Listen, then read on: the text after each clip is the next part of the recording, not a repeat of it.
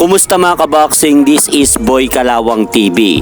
So matapos nga pong hindi mapalaban ng kulang isang taon, itong si former 3 Division World Champion John Riel Cuadro Las Casimero sa ibabaw ng ring, ay sa kasamaang palad nga po mga idol, pinalitan na nga po siya ng isa pa nating Pinoy na pambatong boksingero sa Super Bantamweight Division na si Wonderboy Carl James Martin. Dahil kung titignan nga po natin sa latest ranking ng WBO Super Bantam, ang dating pang number 3 spot na si John Riel Casimero ay bumaba na nga po ito sa pang-5 pwesto, habang ito naman pong si Wonderboy Carl James Martin ay umangat naman po sa ikatlong pwesto sa WBO ranking.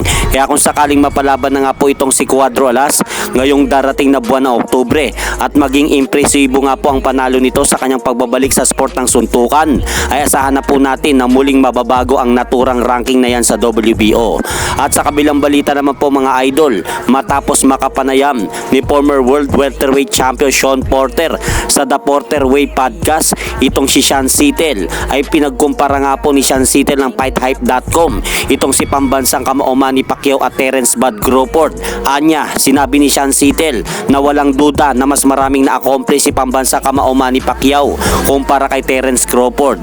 Ngunit kung pagbabasihan po daw natin ang skill versus skill nila pambansa kamao Manny Pacquiao, ay wala po daw duda na ang nakakalamang po daw dito ay si former undisputed welterweight world champion Terence Bud Crawford, dahil napakatalino nga po daw nito sa ibabaw ng ring kapag lumalaban. At idagdag pa nga po mga idol ni Sean Sittel ang pagiging counter puncher po daw nito ni Terence Crawford kapag lumalaban. So ano pong masasabi nyo dito mga idol sa naging panayam ni Sean Sittel ng FightHype.com sa The Porter Way Podcast na wala po daw duda si Crawford ang mas magaling na fighter kahit nung nasa prime pa ni Manny Pacquiao ang makakaharap po nito.